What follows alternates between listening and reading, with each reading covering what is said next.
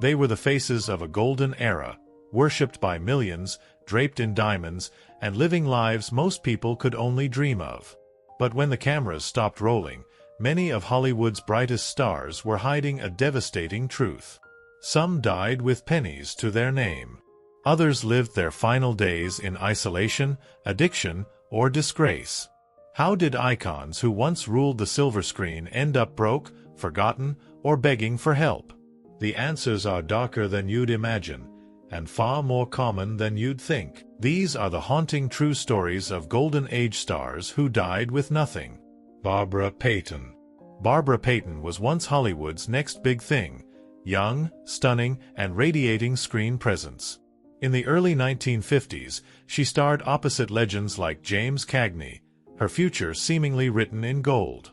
But behind the bright lights, Barbara was unraveling fast.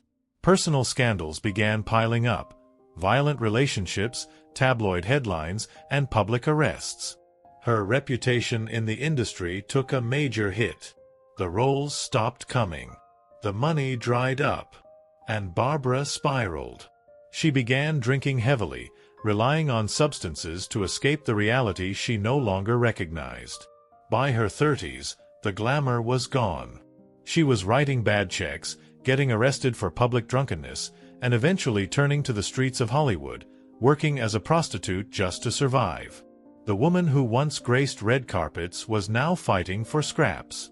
In 1967, at only 39 years old, Barbara died from liver and heart failure at her parents' modest home. She had no money left, not even enough for a proper burial. Her body was cremated quietly, a heartbreaking end to a star who once had it all but lost everything far too soon. Bud Abbott.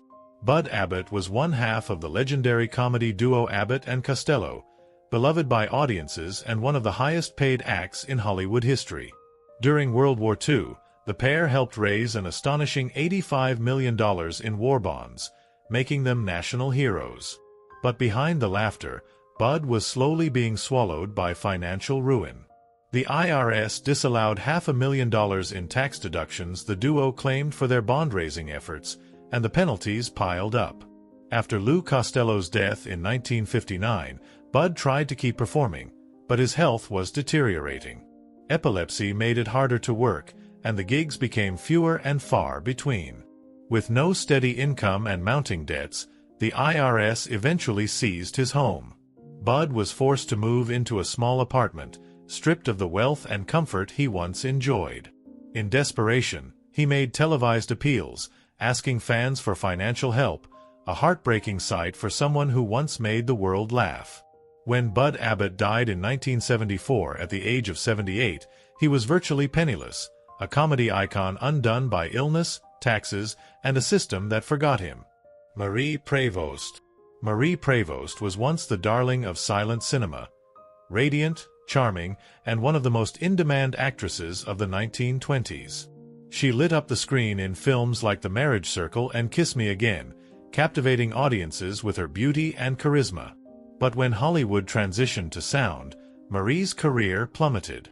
Her voice didn't suit the new era, and the roles dried up almost overnight. As the spotlight faded, Marie turned to alcohol to numb the pain of rejection. She battled severe depression, often retreating from the world in silence. With no steady work and no savings, her situation became dire. By the time she was just 38, Marie was living alone in a crumbling Los Angeles apartment, struggling to afford even basic necessities. On January 21, 1937, she was found dead, malnourished, isolated, and consumed by acute alcoholism. Reports revealed she had only $300 to her name. Once a symbol of vitality and allure, Marie died in obscurity, a victim of Hollywood's ruthless evolution. Her death wasn't just tragic, it was a chilling reminder of how quickly fame can vanish and how harshly it can leave someone behind. Bela Lugosi. Bela Lugosi will forever be remembered as Count Dracula, the role that made him a horror legend and etched his face into pop culture forever. But the fame that came with that role would become both a blessing and a curse. After Dracula in 1931, Lugosi was typecast, unable to find roles outside of the monster genre. His career stalled, and behind the scenes, he developed a debilitating addiction to morphine and methadone, initially taken for chronic pain.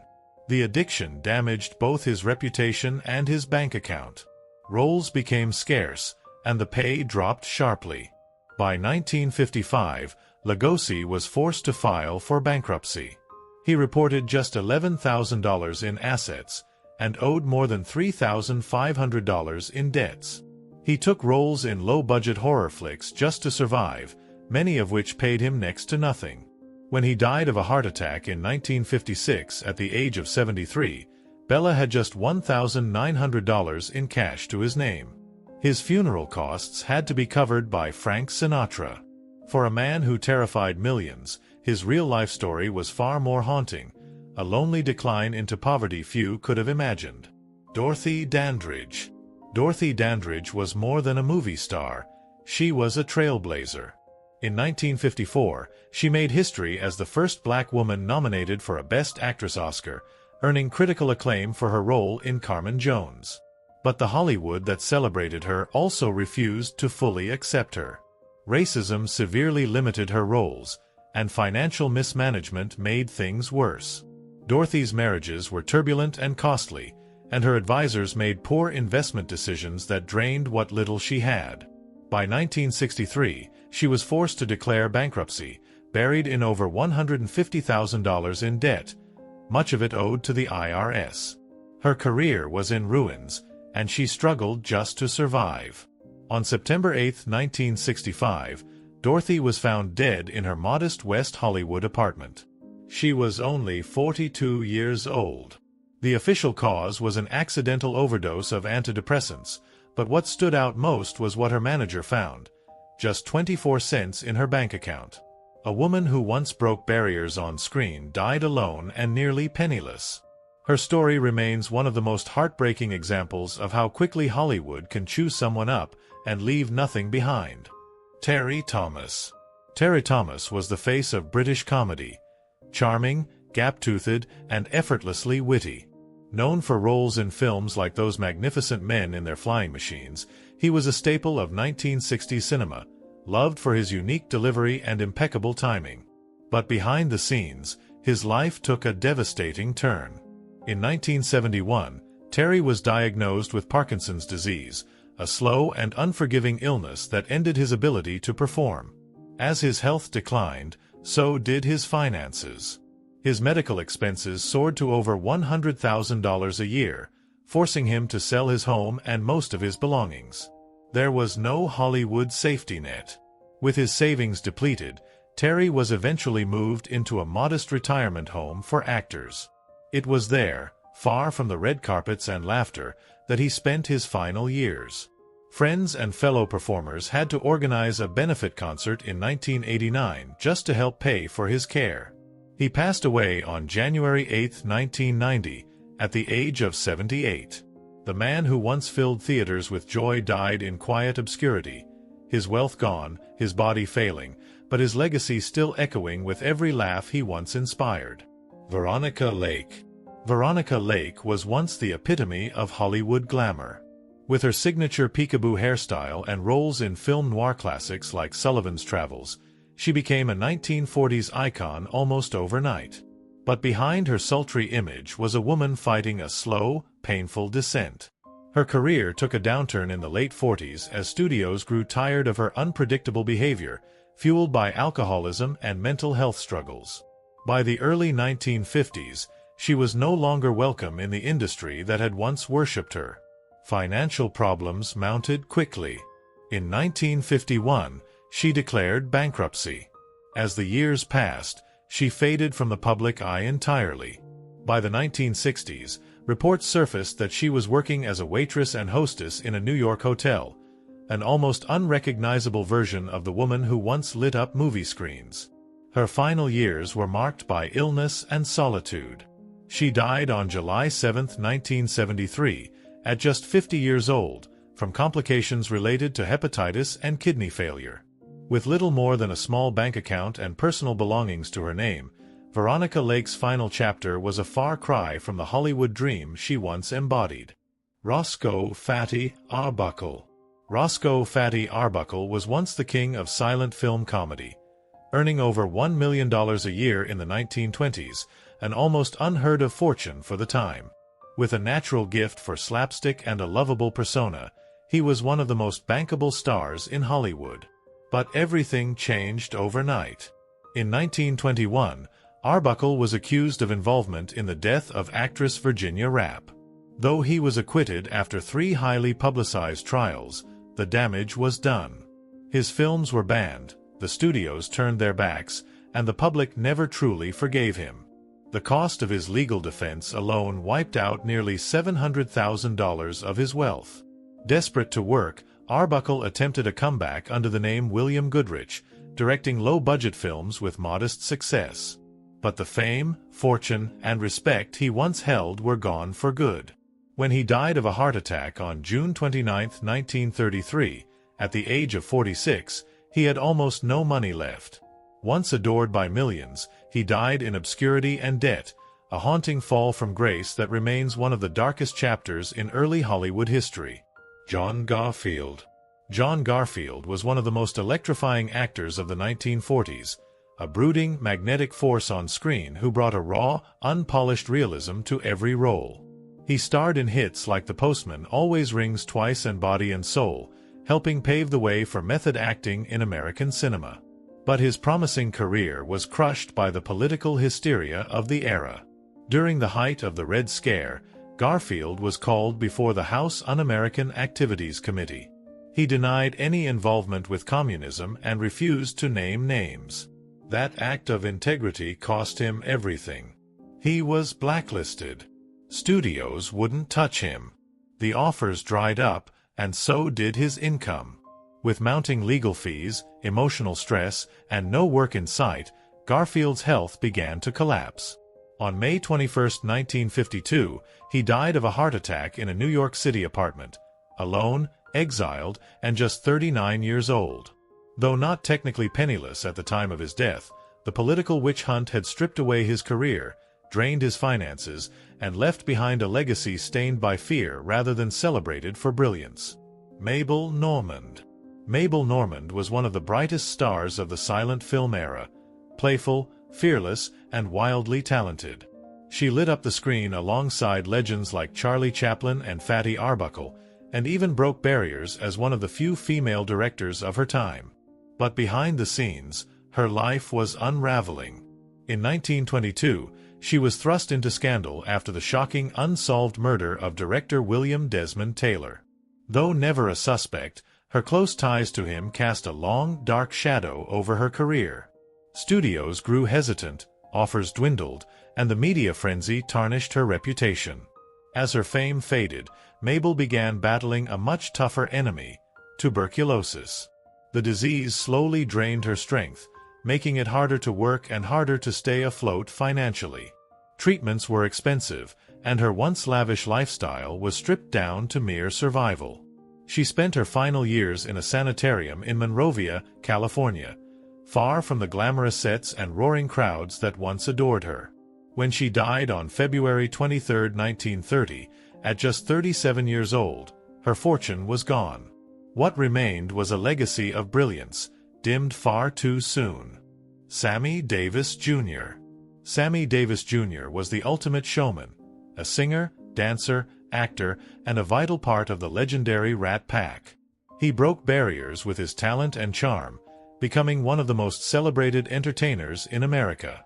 But behind the tuxedos and standing ovations was a man drowning in debt. Sammy lived big: luxury homes, fine cars, expensive jewelry, and his spending habits quickly outpaced his income. Worse, he was hit hard by tax troubles. Years of unpaid taxes and penalties snowballed into a staggering $7 million debt to the IRS. Even after liquidating assets, his estate was still $5.2 million in the red. As throat cancer took hold in his final years, Sammy kept performing, desperately trying to earn enough to keep the IRS at bay. He was in pain, exhausted, but he never stopped hustling. When he passed away on May 16, 1990, at 64, the man who once lit up every stage he touched was buried in debt. His charisma never faded, but the system caught up with him. Sammy Davis Jr. died not just as an icon, but as a tragic example of how even the biggest stars can fall hard. Errol Flynn. Errol Flynn was the swashbuckling heartthrob of Hollywood's golden age, dashing, fearless, and seemingly untouchable. He swung from chandeliers, stole hearts in Captain Blood and the Adventures of Robin Hood, and raked in millions along the way. But Flynn's real-life adventures were far more reckless than anything he portrayed on screen. He lived extravagantly, purchasing yachts, mansions, and throwing infamous parties that became the stuff of legend. But the bills added up fast. Legal battles, including a scandalous 1943 trial that nearly ruined him, despite an acquittal, cost him dearly. Divorces drained his accounts, failed business ventures piled on the debt, and alcohol took its toll on his health. By the late 1950s, the once golden star was a shadow of himself, taking roles in low-budget films just to survive. When he died of a heart attack on October 14, 1959, at just 50 years old, his estate was valued at a mere $10,000. The man who once defined adventure and romance on the silver screen left behind nothing but memories, and a cautionary tale of fame burned too fast and fortune spent too freely. Judy Garland. Judy Garland was more than a star. She was a symbol of magic. From the moment she sang "Over the Rainbow" in The Wizard of Oz, the world was hooked. Over her career, she earned an estimated $40 million, an unimaginable fortune in her era. But behind the voice that defined a generation was a woman fighting for her life. Garland struggled for years with addiction to prescription pills and alcohol, habits formed when studios first put her on amphetamines as a teenager. Her finances were a mess.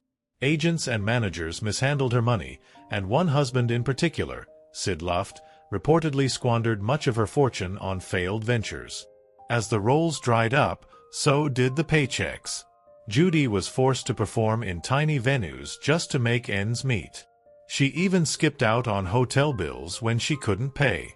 When she died on June 22, 1969, at just 47 years old, her estate was worth only $40,000, while her debts exceeded $4 million. The girl who once brought joy to millions died almost penniless, a tragic end to one of Hollywood's most iconic yet exploited voices. Buster Keaton. Buster Keaton was a genius of silent cinema, famous for his deadpan expression, breathtaking stunts, and comedic brilliance in films like The General. At his peak in the 1920s, he was one of Hollywood's most respected and highest-paid creatives. But as the industry evolved, Keaton's world began to shrink. The transition to talkies robbed him of creative control. MGM signed him but stifled his artistic freedom, reducing him to roles that barely resembled the visionary filmmaker he once was. Then came the Great Depression, followed by an expensive divorce in 1932 that wiped out a large chunk of his wealth. Alcohol became a way to cope, and it nearly destroyed him. Though he eventually regained sobriety and made a modest comeback in the 1950s with TV spots and cameo appearances, the grand days of influence and fortune never returned. When he passed away from lung cancer on February 1, 1966, at the age of 70, he was living simply, not destitute, but far from the legend he once was. Buster Keaton died humbly, his genius overshadowed by a system that didn't know how to value him anymore. They lit up the screen, captured hearts, and defined an era, but in the end, many of Hollywood's brightest stars were left with nothing. Fame faded, fortunes vanished, and behind the glitter was a much darker truth. These weren't just tragic endings, they were warnings. Because in Hollywood, success is fleeting, and no amount of stardom can guarantee a soft landing when the spotlight finally goes out.